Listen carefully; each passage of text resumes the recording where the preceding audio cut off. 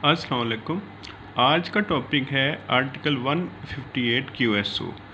यानी इसका टॉपिक का उन्वान है जी कि प्रोडक्शन ऑफ डॉक्यूमेंट। अब इसका रेलिवेंट लॉ जो है वो आर्टिकल 158 क्यूएसओ है, और उसके बाद क्रॉस रेफरेंसेस में सेक्शन 162 इंडियन एविडेंस एक्ट 1872, यानी 162 जो है ना वो 158 क्यूएसओ यानी कानून शहादत पाकिस्तान के बराबर है। वही यानी वर्ड है दोनों में। अब क्रॉस रेफरेंस इन पाकिस्तान जो है इसमें आर्टिकल 161 ये पावर ऑफ कोर्ट है टू आस्क क्वेश्चन, या फिर वो अदालत 161 के तहत जो है वो कोई प्रोडक्शन ऑफ एनी डॉक्यूमेंट का हुक्म सादर कर सकती है। इसी तरह जो है ना 94 जो है ये भी सीआरपीसी का है। इसके तहत भी क्रिमिनल कोर्ट जो है ना वो किसी भी डॉक्यूमेंट की को तलब कर सकती है। अब सेक्शन 1413 जो है ये प्रिविलेजेस है किसी विटनेस की अबाउट द डॉक्यूमेंट, और 131 जो है ये एडमिसिबिलिटी जो है ना वो और रेलिवेंसी जो है ये कोर्ट की पावर है कि वो इसको काबिल दखाल शहादत होने और वाक़या मुतलका होने के बारे में किसी डॉक्यूमेंट के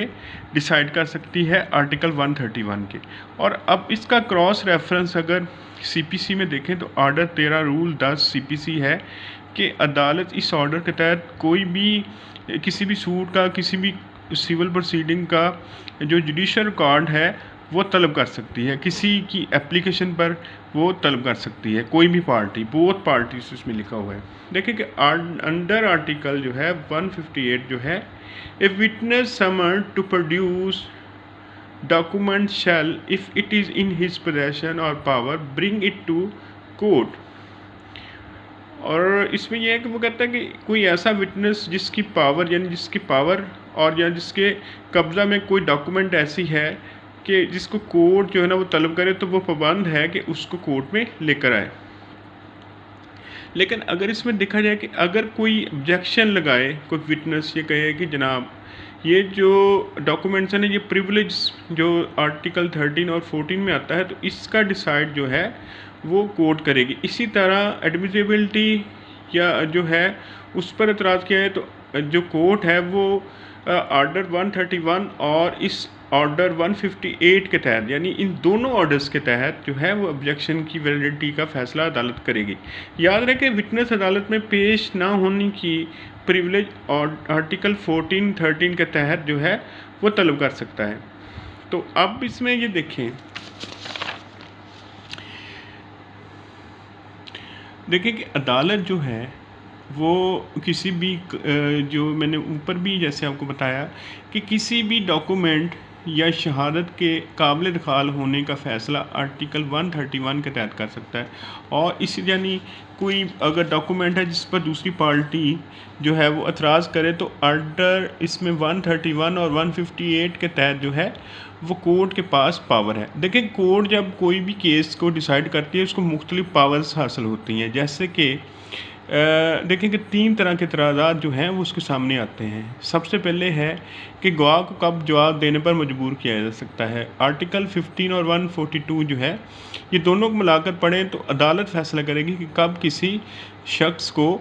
जो है वो किसी विटनेस को अदालत में किसी सवाल का जवाब देने पर मजबूर किया जा सकता है। हमने वो पढ़ा था ना कि लेकिन कि किसी शख्स को मजबूर नहीं किया जा सकता कि वो किसी सवाल का ऐसे सवाल का जवाब दे जिसमें उसको बराह रास्त किसी जुर्म में मुलव्वस होना पाया जाए। तो लेकिन अगर कोई अदालत उसको मजबूर करे तो फिर उसके ख़िलाफ़ जो है आर्टिकल 42 के तहत उसको जवाब देने पर जो है वो दूसरी पार्टी या कोर्ट आमादा करे तो फिर उसके खिलाफ कार्रवाई नहीं होगी। अब इसमें है कि कौन सा सवाल नहीं किया जा सकता और कौन सा सवाल किया जा सकता है, इसका फ़ैसला भी कोर्ट करती है आर्टिकल 143 क्यूएसओ में। और इसके बाद है कि जो हमने ऊपर जैसे पढ़ा एडमिसिबिलिटी और प्रिविलेजेस जो है उसका फ़ैसला जो है वो कोर्ट ऑर्डर 131 और 158 के तहत करती है। आर्टिकल 158 का सेकंड जो पोर्शन है वो ये कहता है कि कोर्ट में inspect document unless it refer to matter of state, कि देखें कि डिसीजन लेने के लिए कि कोई जो प्रिविलेज कम्युनिकेशन है या नहीं है, या उसमें काबिल दखाल है, एडमिसिबल है वो डॉक्यूमेंट के नहीं है, तो कोर्ट उसको इंस्पेक्ट कर सकती है। इसमें याद रखें कि जो रिकॉर्ड होता है ना, प्लीज़ रीड आर्टिकल 1 जो QSO जो है वो 7 आप देखें कि उसमें है कि अफेयर्स ऑफ स्टेट के मतलब जो है प्रिविलेज कम्युनिकेशन, तो आपका कंसेप्ट जो है वो इसमें हो जाएगा। अब उसका है कि can court take further evidence to decide admissible of evidence, तो इसमें ही इसका जवाब है कि कोर्ट जो है ना कि किसी अगर एतराज़ लगाया जाए तो कोर्ट फर्दर एविडेंस भी मांग सकती है। अब इसका थर्ड पोर्शन जो है वो देख लें। थर्ड पोर्शन है आर्टिकल 158 आर्टिकल जो है उसका तीसरा पार्ट जो है वो ये कहता है कि इसमें क्या लिखा हुआ है कि कोर्ट जो है वो किसी दस्तावेज़ की अगर ट्रांसलेशन करवाना चाहे तो अदालत ट्रांसलेटर को कहेगी कि वो इसे खुफिया रखे, किसी को बताए ना। वो जो कोई डॉक्यूमेंट ऐसी है जिसको कोई प्रिविलेज हासिल है और जिसको इंस्पेक्ट कर रही है, उसकी वो ऐसी लैंग्वेज में है कि जो कि कोर्ट लैंग्वेज नहीं, तो कोर्ट ट्रांसलेटर को कह सकती है कि आप इसका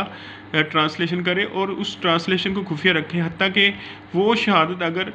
अदालत में पेश करना हो तो फिर ऐसी बात नहीं है। और अब अगर ट्रांसलेटर अदालती ऑर्डर की वायलेशन करे तो उसके खिलाफ 166 PP से जो है वो उसके तहत सज़ा दी जा सकती है। 166 PPC की 1 साल सज़ा है, जिसके ये है कि कोई भी ऑफिसर वायलेट करे एनी डायरेक्शन ऑफ लॉ तो उसे 1 साल सज़ा दे सकते हैं। तो अब इस पर केस लॉ जो है वो है आर्टिकल 158 QSO के number 1 2007 YLR 954 Lahore, 2005 CLC 1305 Karachi और 1992 PLD 492 SC और 1992 SCMR 1357। तो ये आज का टॉपिक था कि आर्टिकल 158 जो है वो कोर्ट को एम्पल पावर देता है वो किसी भी डॉक्यूमेंट को जो है वो किसी विटनेस को ये कहे कि जी वो डॉक्यूमेंट लेकर अदालत में आए,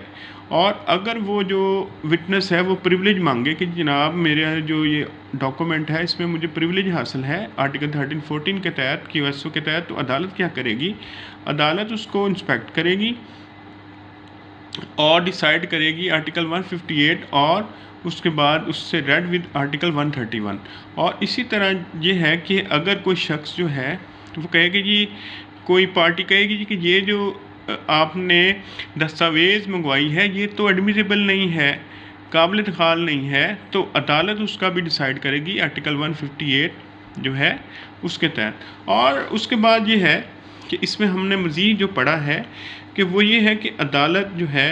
वो उसकी ट्रांसलेशन करवानी हो तो ट्रांसलेटर को कहेगी। अब ट्रांसलेटर आपको पता है, आपने CRPC में भी 543 361 CRPC जो है उसके तहत आपने वो पढ़ा है कि अदालत किसी ट्रांसलेटर को मंगवा सकती है कि अगर कोई शख्स जो है ना वो लैंग्वेज ऑफ द जो कंट्री है वो नहीं जानता हो या लैंग्वेज ऑफ द कोर्ट ना जानता हो तो उसको उसकी वजाहत करने के लिए ट्रांसलेटर मंगवाया जा सकता है। तो आज का आर्टिकल 158 है। उम्मीद है कि आपको मेरा लेक्चर पसंद आया होगा और आप मुझे कमेंट सेक्शन में ज़रूर बताएंगे ताकि मैं इसको मज़ीद जो है